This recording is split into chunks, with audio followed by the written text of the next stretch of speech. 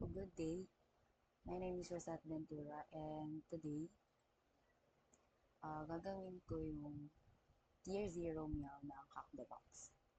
So first, connect muna tayo sa OpenVPN.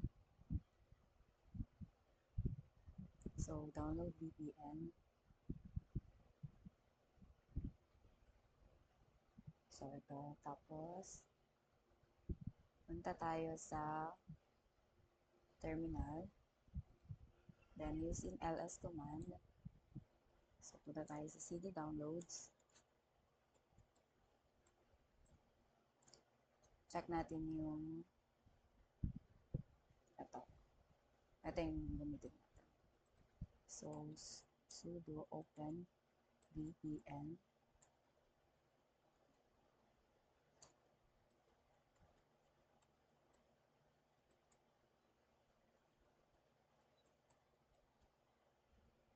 Zero VPN. Password. So, antayin lang natin.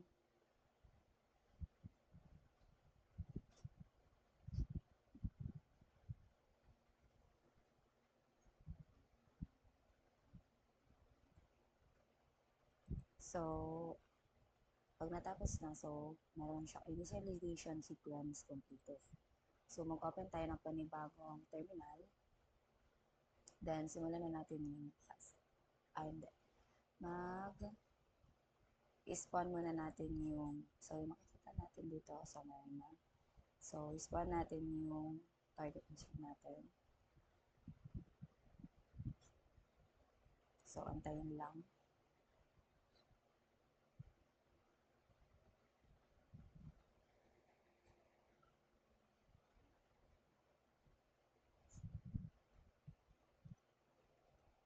So, ito yung IP ng machine. So, yan. So, first question, what does the acronym VM stand for? So, VM stands for Virtual Machine. Submit answer. Okay. Next, what tool do you use to interact with the operating system in order to issue commands via the command line, such as the one to start our VPN connection? It is also known as console or shell. So, sagot is terminal. Submit answer. Okay. Then, next, what service do we use to form our VPN connection into HTTP Labs? So, yung ginamit natin kanina, ito, si OpenVPN. So, answer, OpenVPN. So, submit answer. Next, what tool do we use to test our connection to the target with an ICMP echo request? So, yung sagot dito is ping. So, try natin. So, ito. So, ping natin yung IP. Ito. So, napiping na. So, using the ping command. So, answer P. Submit answer. Okay, next. What is the name of the most common tool for finding open ports on a target? So, yung answer dito is Nmap. So, try natin. So, Nmap. Then yung IP. So, antayin lang natin. So, Nmap. Short for Navigate Mapper ata.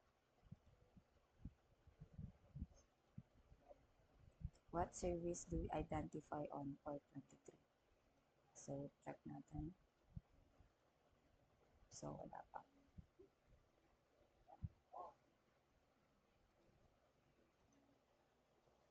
So, tapos na. So, yung ginamit natin is Telnet. Ito. So, ang sagot dito is Telnet.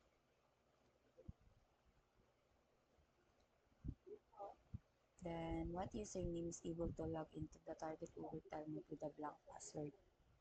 So, try natin.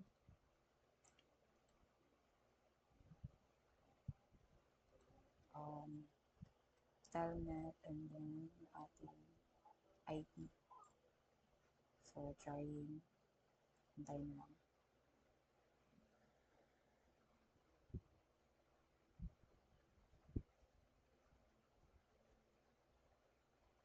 Ito.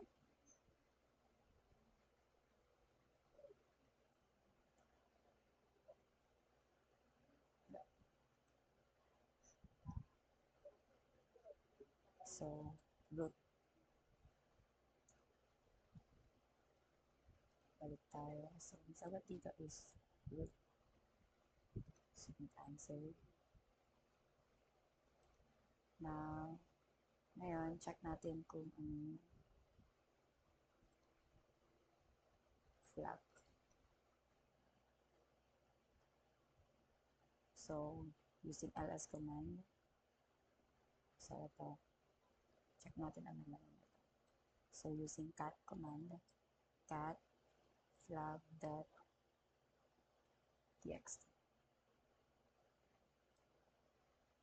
So, ito. Ito yung kailangan natin. So, copy and then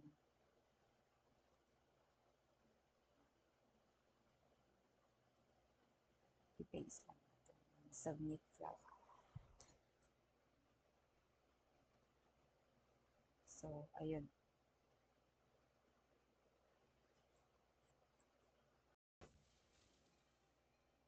So, successful natin response.